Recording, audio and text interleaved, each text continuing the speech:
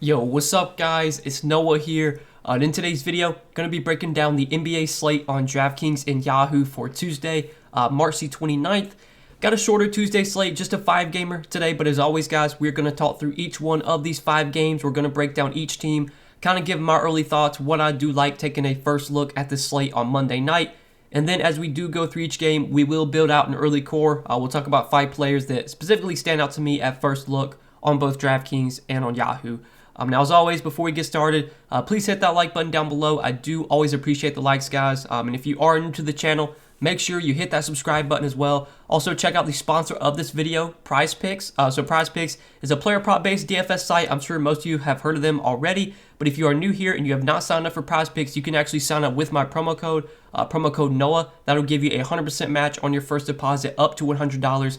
And again, PrizePicks, they're a player prop-based DFS site, so it's really simple. You're just picking the over or the under on players' projections. They do already have some stuff up for Tuesday. Obviously, this is not their full board. As we get closer to tip-off Tuesday night, they'll have their full board posted with all their props. You have points, props, assists, rebounds, points, rebounds, assists, three-pointers made. They have fantasy point projections as well. Again, you're just picking the over or the under. You can take a look at their entire board and make some picks for yourself. I do give out some of my favorite plays on PrizePicks each day in a YouTube video that I will upload later on Tuesday afternoon. So check the YouTube channel. Sometime Tuesday afternoon, you'll see my PrizePicks video posted, sharing a couple of my favorite plays. If you guys want to tell me, you're always welcome to. But yeah, definitely sign up for PrizePicks. Give them a try if you have not yet. Make sure to use that promo code NOAH, so that way you get that deposit bonus when you do sign up. But let's talk through Tuesday's 5-game slate. Let's start off with the first game of the night, the Bulls and the Wizards.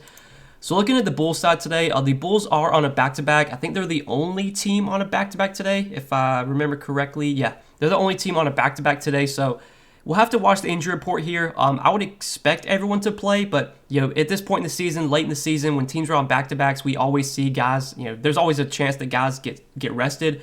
But if everyone is in, DeRozan, Levine, Vooch, the matchup is really good against the Wizards, so I don't hate going to one of these guys. Normally, I would not play like 2 of the 3. If you're going to play any of these 3 guys, you probably just want to limit it to 1. I don't think I'd really ever play 2 of the 3. I definitely wouldn't play all 3 in the same lineup, just because they do kind of eat into each other's usage. We did see DeMar DeRozan have a pretty good game on Monday against the Knicks. He put up 53 DraftKings points in 41 minutes.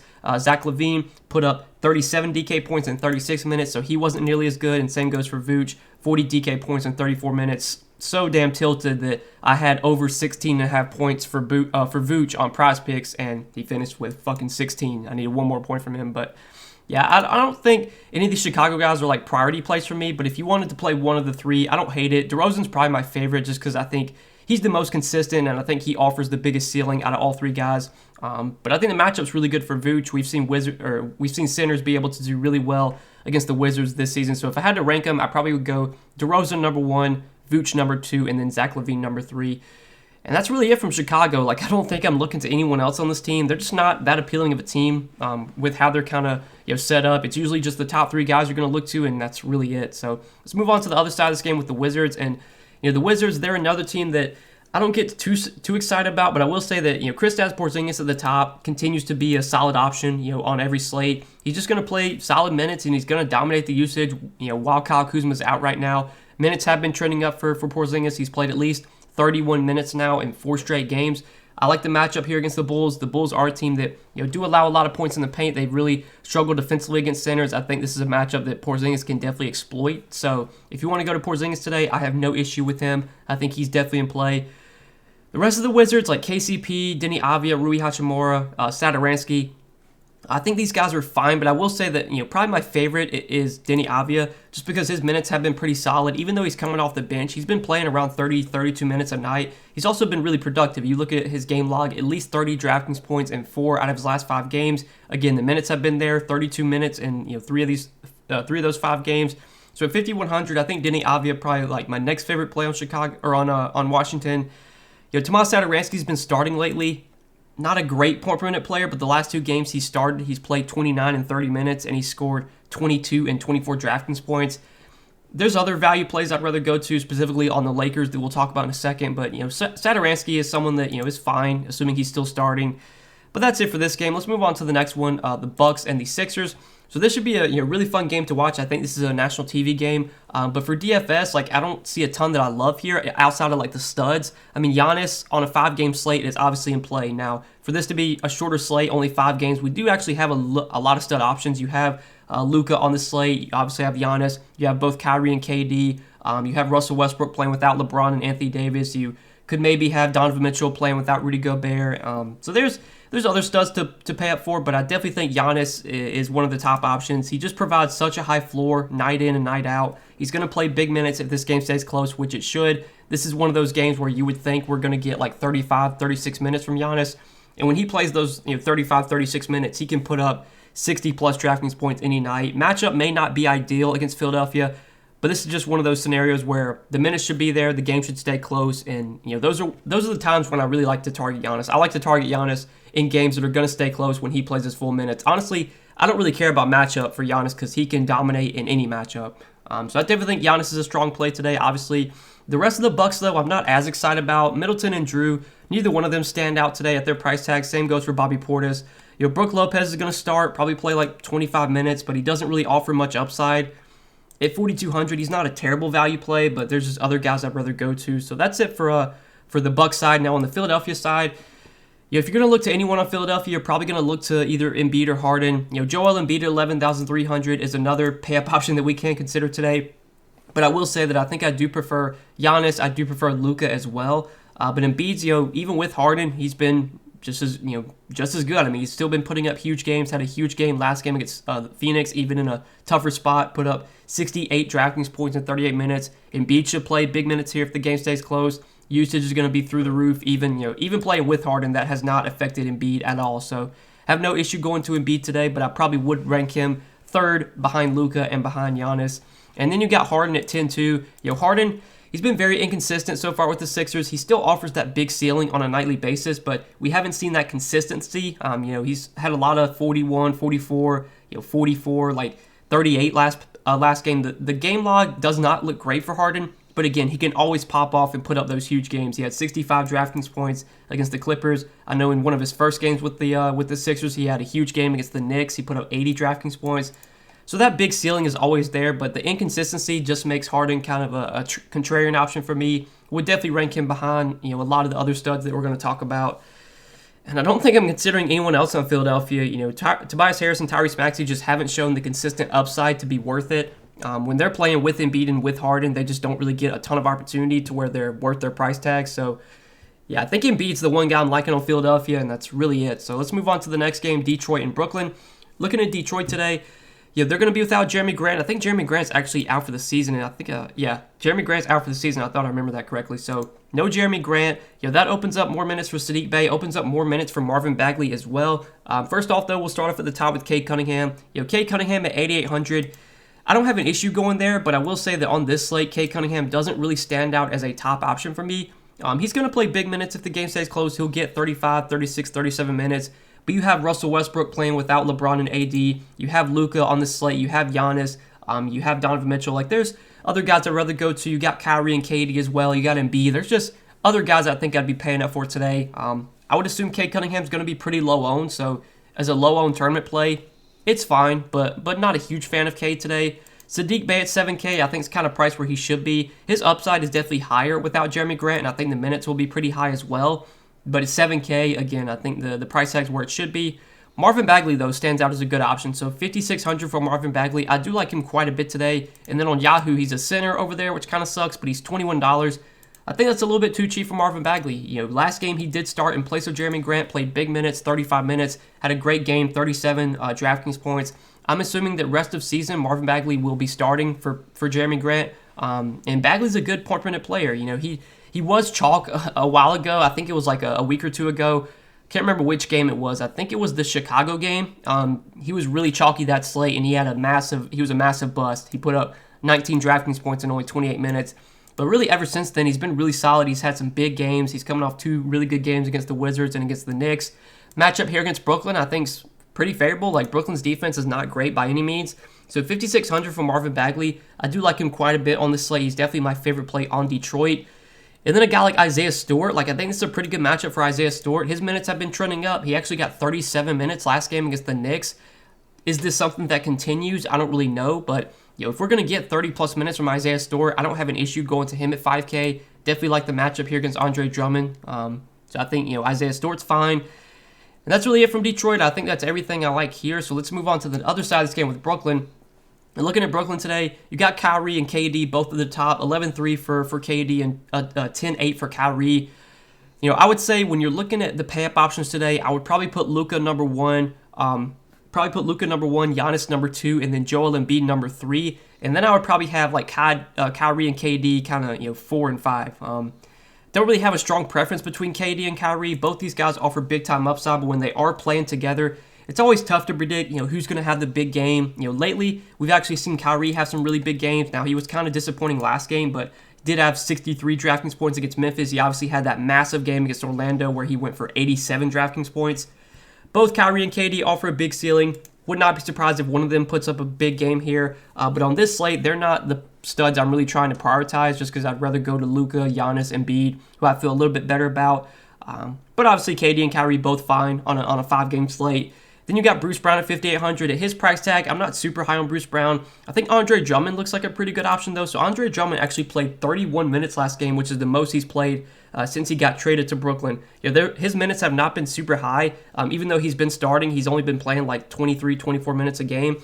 Well, he got 31 minutes last game. Now, is this something that continues moving forward? I really have no idea. It could have just been because Drummond was playing so well, they just gave him big minutes. But if you told me before the slate started that Drummond was going to play 31 minutes again, he would be like one of the best plays on the slate because we know Drummond can be really productive when he's out there. He can score, he can get rebounds, he can get defensive stats. He's just a good, productive player. He fills the stat sheet. So at 5,500 and a pretty good matchup against Detroit, I think Andre Drummond is definitely in play today. I think there's still a little bit of risk with him just because the minutes are never secure. There's no guarantee he plays 31 minutes again. But the upside's always there when the minutes are there.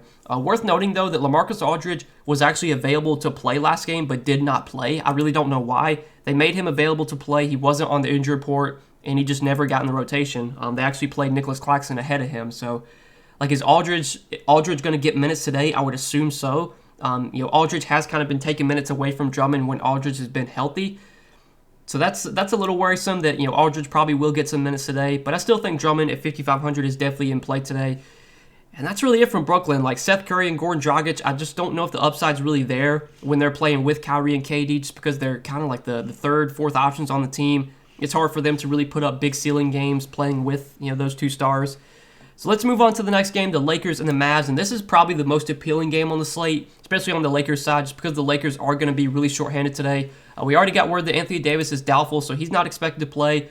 He's going to be back soon, it does seem like, but he's listed as doubtful for today. And LeBron is actually listed as doubtful. LeBron got injured in their last game, and it seems like he's going to be out for at least a few games. So no LeBron, no AD.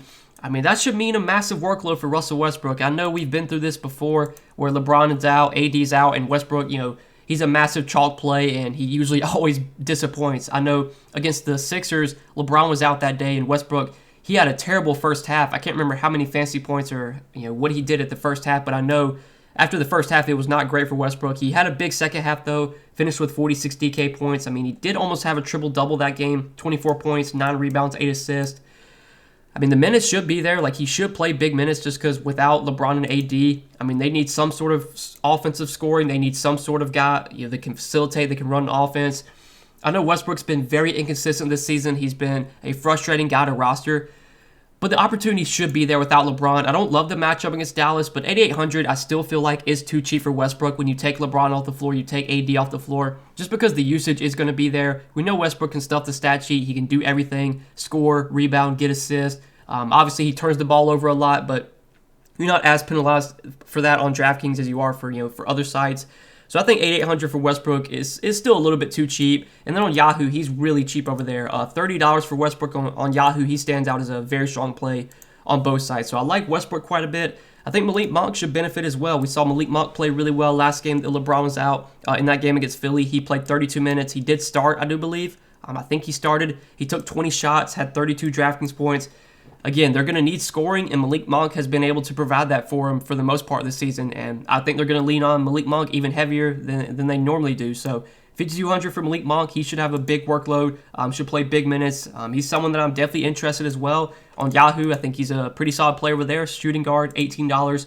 Like Malik Monk quite a bit. I think Carmelo Anthony benefits as well. Carmelo had a decent game last time LeBron was out, played 31 minutes off the bench, had 29 Draftkings points. Carmelo normally doesn't start. I don't think he'll start today, but he'll play still like 25, 30 minutes off the bench. And obviously, LeBron being out is just so massive. It just opens up so much opportunity for everyone. LeBron is such a high usage player that, getting him off the floor, there's going to be a lot of guys that, get little benefits. And, Carmelo Anthony should benefit. And then actually, Taylor Horton-Tucker is another guy that we should see increased minutes from. THT, I think last time LeBron was out, THT did start. Now, the previous game, like 2 games ago when they played the Sixers, THT didn't play in that game. But I know last time THT played and LeBron was out, I think THT did start in place of LeBron. It might have been this Toronto game. I can't exactly remember. But there was one game somewhat recently that LeBron was out and THT started for LeBron. And THT played really well, played big minutes. He's been a productive player when he does get minutes. And I would think he starts for LeBron today. I don't think it's a guarantee, but my best guess is the starting lineup for the Lakers will be Westbrook, Monk, THT, maybe like Stanley Johnson, and then Dwight Howard. Like I know last game, I want to say they went with kind of a weird starting lineup last game. They went with like LeBron and Dwight Howard. Dwight Howard probably does start again, but let me see if I can pull up their starting lineup last game. So when they played the Pelicans last game, it was LeBron, Westbrook, Dwight Howard, Gabriel, and Reeves. So Monk came off the bench last game. Does Monk come off the bench again? Maybe. I would think THT starts, though. Even if he doesn't, there's just so many minutes available without LeBron that THT is probably going to be a guy that soaks up a lot of minutes. And obviously the production should be there, taking LeBron off the floor. So at 4,100, I do like THT quite a bit as a value play today. He's really cheap on Yahoo as well. He's minimum salary over there. So he is someone that I definitely have circled as a value play. Wenyen Gabriel probably gets like 20, 25 minutes. He has been starting lately. His minutes have kind of been all over the place. He did play 30-plus minutes in 2 games, and then last game he only played 18 minutes. But again, there's just going to be so much opportunity for these guys. Last time LeBron was out, Wenyen Gabriel played 30 minutes, had 23 DK points. I don't hate him as a value option. And then Dwight Howard. Dwight Howard's actually been starting the last 2 games. Has played 28 and 33 minutes now. Were those matchup based, like possibly going up against Joel Embiid? Obviously, they want some size out there. And then last game going up against Jonas Valanciunas, you kind of want size out there against J-Val.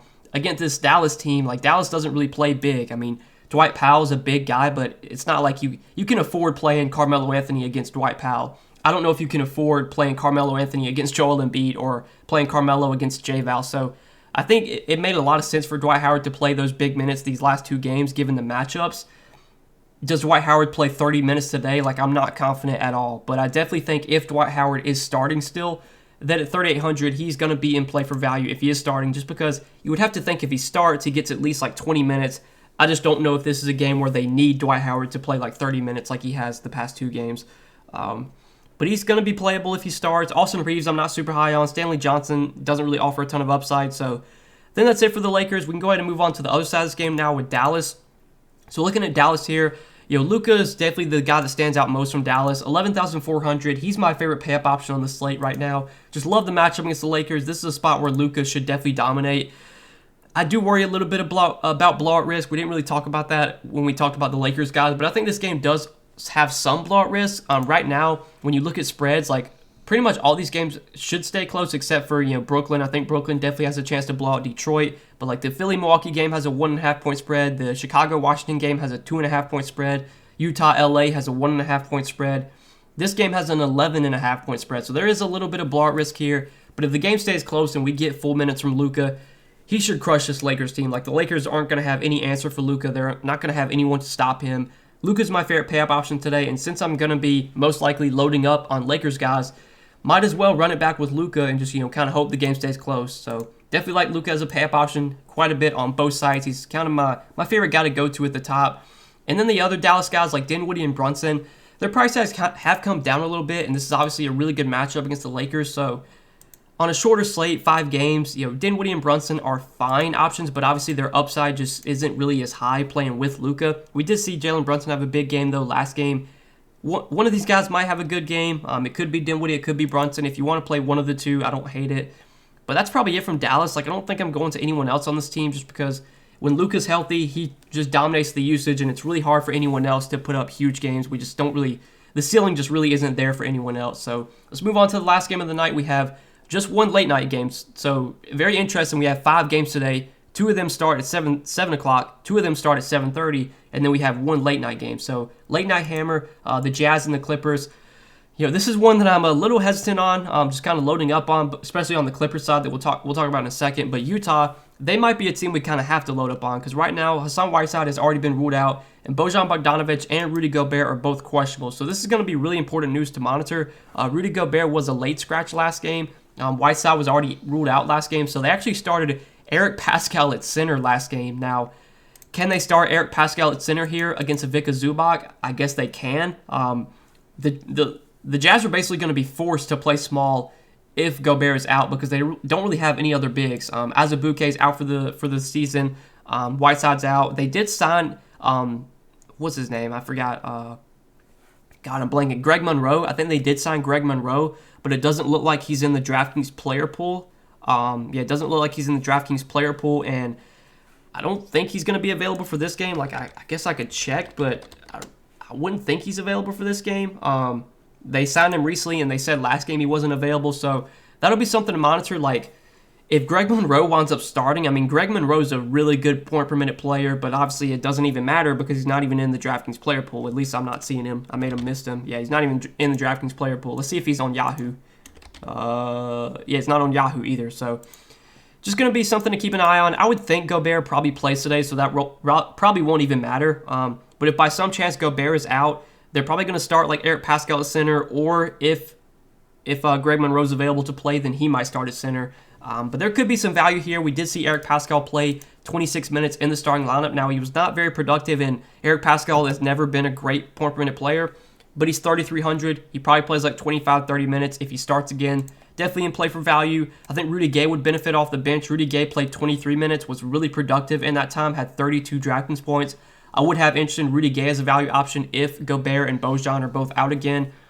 He probably would be my favorite value play to go to from Utah.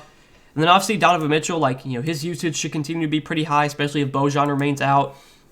Is Donovan Mitchell like my favorite pay-up option today? I don't think so, but definitely playable if you want to go there. I don't hate it. If Gobert plays today, I think it's a really good spot for Gobert, and I think the price tag on Gobert is way too low. I mean, $7,300 for Gobert, that's way too cheap, especially with Whiteside out. We saw last game with Whiteside out that Gobert played in. Gobert played 37 minutes. They really give Gobert big minutes whenever Whiteside doesn't play. The matchup against the Clippers is really good. The Clippers really struggled to defend bigs. Zubac has never been a great defender. Gobert has crushed against the Clippers this season. He's averaged 47 DraftKings points per game against them in only 2 games, and only 26 minutes as well. He's been crushing even in limited minutes. Let's see. Last time they played the Clippers, Gobert put up, let's see if I can find the game. He put up 50 DraftKings points in 27 minutes, and they played again earlier this season, and he had, let's see. I might have skipped it. I might have missed it. I guess I missed it. So he had 50 DraftKings points in 27 minutes, and then I guess I missed the other game. I didn't see it. But yeah, Gobert, he's had a lot of success this season. There it is. He had 44 DraftKings points in 27 minutes, so he's been really productive against the Clippers this season. I think $7,300 is way too cheap for Gobert if he's playing today, so I would like him quite a bit. If Bojan remains out, I think Clarkson and Conley both look fine. They look like fine options, but I don't think either one would be priority plays for me. And that's really it from the Jazz. I think this is a team we're going to have to monitor injury news because right now there's a lot kind of up in the air, and it sucks because this is the last game of the night and it's the only late night game. So I don't know when we're going to have news on Gobert and Bojan. We might not get news on them till way after lock, so you're just kind of guessing right now. But I definitely think if Gobert plays, he looks like a really good option. If he's out and Bojan's out, then I think Donovan Mitchell would benefit. Clarkson, Conley would benefit a little bit. But there would definitely be value plays to go to, specifically a guy like Rudy Gay, Eric Pascal. Those guys would be viable, cheap options. But now we can talk about the Clippers side. So worth noting for the Clippers today, Paul George could maybe make his return. Paul George has been out for a long, long time. He's been out since middle December or late December. It's been about over 3 months since Paul George has played. He's officially listed as questionable for Tuesday. So there's a chance Paul George makes his return after a 3-month absence. Obviously, Paul George is not going to be playable in DFS because he's going to be on a minutes limit most likely. But him coming back, if he does come back, that just makes everyone look a lot less appealing. Reggie Jackson, Terrence Mann, Morris, none of these guys would really stand out. Obviously, Reggie Jackson is playing on a minutes limit right now. They said they're going to limit him to like 32 minutes, and he played 27 last game. They said Marcus Morris is going to be limited to 25 minutes. He only played 15. I know they got blown out, but it's very clear that the Clippers are pretty much locked into like they're going to be playing in the play-in tournament. I don't think they could fall out of the play-in tournament. Like right now, it seems pretty clear they're going to be in it. So they kind of have no interest in like pushing their guys. I mean, they can't really move up in the standings too much or even move down the standings. That's why they're limiting guys right now. They're really spreading out the minutes. So like the Clippers are one of these teams I'm just not really trying to roster guys from. Now, Terrence Mann, I think his role should be pretty good night in and night out. If Paul George returns, though, like that really caps the upside on Terrence Mann just because Paul George is a high usage player. So getting him in there is just going to take usage away from all these guys. Like I really don't see much I'm liking on the Clippers today. This is a team I'm just kind of probably going to be avoiding, especially if Paul George plays. It just makes everyone look not appealing. If Paul George remains out, then sure, you could maybe go to Terrence Mann, maybe Zubac, but not a ton I love on the Clippers today. So that's it for these 5 Tuesday games. I hope you guys did enjoy this video. As always, appreciate you watching. If you enjoyed, hit that like button down below. Hit that subscribe button as well. Again, go check out the sponsor of the video, PrizePicks. Sign up for PrizePicks. Use code Noah. When you do, PrizePicks will give you a 100% match on your first deposit up to $100 when you do sign up with my promo code. And you can make some picks for yourself for today's games. Check out their board. You can obviously tell the picks I give out in my video. I'll post that video on Tuesday. If you want to tell the picks in that video, you can do so. But best of luck on the slate, guys. Make sure to sign up for PrizePicks. As always, use that promo code when you do sign up. But best of luck. We'll see you in the next video. Hope you enjoyed. See you in the next one, guys.